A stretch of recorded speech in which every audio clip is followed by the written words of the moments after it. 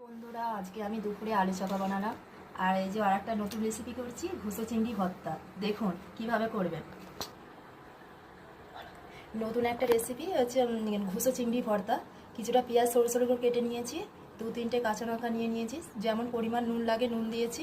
আর দেখুন, আপনাকে হাত ইউজ করতে হবে না, হাতে মানে অনেকে জ্বালা পোড়া করে তো অনেকে, তাই আমি গিলাসের হচ্ছে পেছনটা দিয়ে দেখুন আমি কেমন করে পেঁয়াজটা করে দিচ্ছি। দেখুন, এই চিংড়ি মাছগুলো দিয়ে দিয়েছি, ভালো করে আরেকবার মিনিট করে নিচ্ছি। আর সলনি একটু ঝাঁঝালো তেল দিয়ে দিয়েছি, তেল না হলে আবার ভর্তাই ভালো লাগে, ঝাঁঝটাই তো আসল তেলের। দেখবেন আমি যেইভাবে ভর্তাটা করলাম, আচ্ছা আপনারা বাড়িতে ট্রাই করে দেখতে পারবেন, খুব সহজ ইজি ব্যাপার। আর খেয়ে দেখবেন গরম ভাতে খুব ভালো লাগবে। আর লাস্টে তো বললাম সলনি একটু ঝাঁঝালো তেল দিয়ে দেবেন, মানে তেলের ঝাঁঝে ভর্তাটা পুরো অন্যরকম হয়ে যাবে।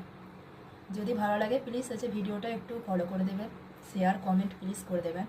টাটা বন্ধুরা, সবাই ভালো থাকবেন।